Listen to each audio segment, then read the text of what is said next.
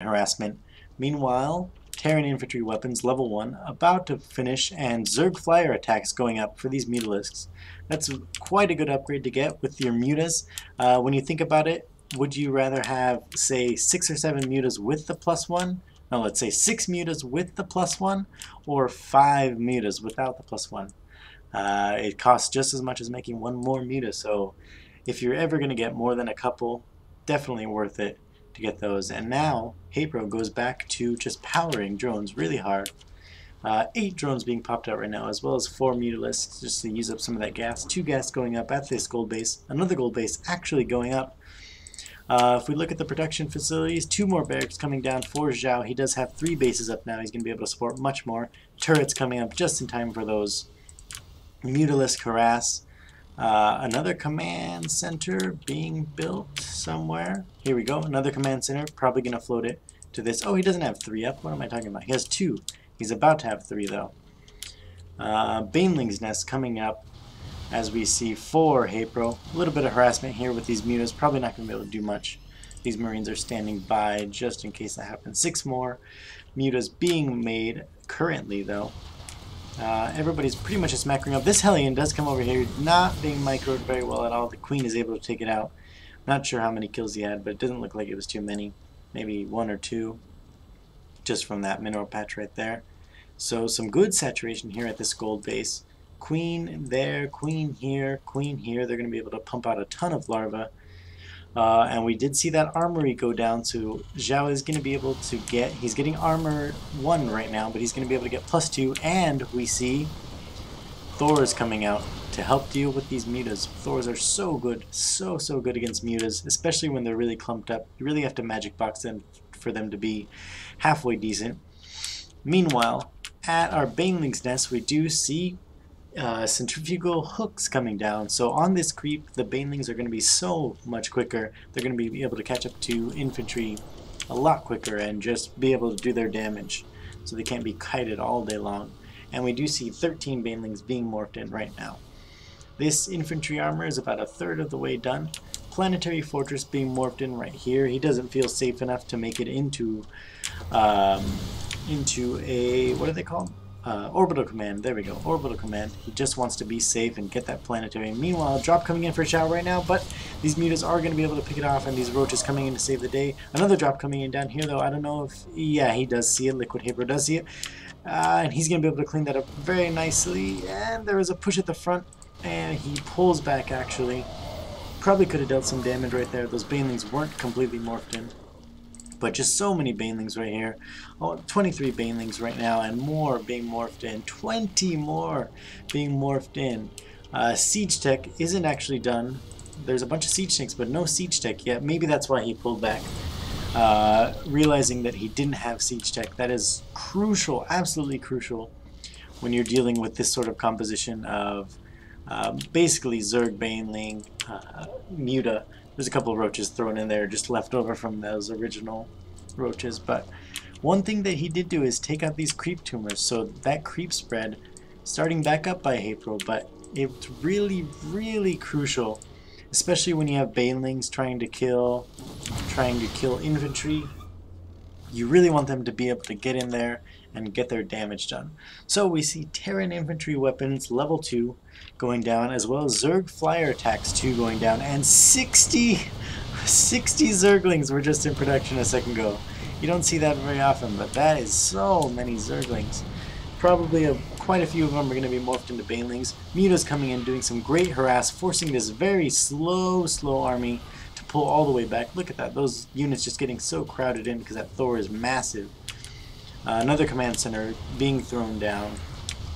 These Thors are probably going to be able to scare up those mutas though. 3, he was going to engage, but probably not a good idea. He does pull out. So ground carapace 1, and melee attacks 1, as well as that second flyer coming out for Haypro. We do see a hatch coming down here, and it looked like there was 2 hatches being built, maybe one just macro hatch. Yep, macro hatch here in the base, as well as an infestation pit. Terran vehicle weapons 1 and weapons infantry weapons 2 coming out. A huge push for SjoW coming out right now. Very scary, especially with these mutas all the way across the field. These tanks are going to be able to siege up, and that's going to help a huge amount against all these banelings, especially when they're so clumped up. But I don't know, that is just so many banelings. They might just be able to and he does engage. He splits his army just a little bit and just engages. Huge battle. Banelings just being killed off. It takes so many banelings to actually kill a Thor, but he's just running them right into there anyway. Had so many of them. He is going to be able to clean that attack up very well, actually not very nicely. He loses so many supply, but at this point, with 1, 2, 3, 4, 5 mining bases, well, 4.5 mining bases, he's just going to be able to replenish so quickly. On the other hand, SjoW does have 4 bases up now, all of them mining, and he does have mules, so that's basically the same amount of income. Let's actually take a look at the income tab. Huge amounts of income right now for both players, but surprisingly even. SjoW a little bit ahead just because of mules, and Haypro does have 10 more workers, but surprisingly even. Actually, about 1,000 more now for SjoW. Just those mules do so much mining. Even with 2 planetaries, he has plenty of mules coming in from these orbital commands, not having to scan on anything. And here comes a big attack. The roaches trying to engage against that planetary, but they're just not a good idea to engage against that. These Thors and Marauders are going to be able to clean that up very nicely. They do a ton of damage against roaches. Haypro being forced to pull out. Spinecrawler coming down there. Let's take a look at the production tab. We do have Ground Carapace level 2, weapons level 2 for the Terran, and infantry level 3 coming down. We see a Greater Spire, so definitely a hive is out. Greater Spire coming up. Medevacs, they're doing so much right now. This is just turning into such a crazy game. Refineries coming down, a little bit of a weird I think they're all following that one. He probably meant to click on a mineral patch, but they're actually following one SCV. Kind of a little bit of a mistake there, but not a huge deal. This army might be able to take this one out, but no, there's plenty of reinforcements right here for our Terran player. He's going to force Haypro to back out. Ton of Zerglings right here. I would like to see a lot of them being morphed into Banelings. And I'd really like to see this creep spread a lot better. SjoW has been doing a very good job of taking that out, but I'd really like to see Haypro being very much more proactive with that. He's got a lot of energy on these queens. He should be able to do that a lot quicker. Meanwhile, another hatchery coming up here. So Haypro up to 1, 2, 3, 4, 5, 6, 7 total hatches with larvae being produced. About 5 mining bases. And SjoW also taking his other base. Ultralisk Cavern now coming up, as well as pneumaticized carapace, which is the, I believe that is the, increased movement speed of overlords and overseers. So we see these minerals really running low, but he's going to be able to transfer those drones over here. Take a look at the income. Burrow also being researched now. Very even on the harvester count for both of our players here. We see a big, huge, scary push coming in from SjoW up to this top right base. 7 Broodlords though being morphed in somewhere on the field, and these roaches are just not going to be enough, especially with those tanks sieged up in the back. He could move up and take out that hatchery. No, is he gonna take out some of these creep tumors? I'm not sure. 5 Corruptors, 5 Broodlords are being morphed in right now. Chitinous plating coming in for those Ultralisks. They're gonna have an extra +2 armor. Weapons too, just about to finish for our Terran buddy here, and this hatchery is not long for life at all. It is going to die a horrible death. We see Terran building armor coming in. We don't see that a lot, but it is very good. Not enough medevac energy to really heal up this infantry army as much as I'd like, and these Broodlords coming in so scary right now.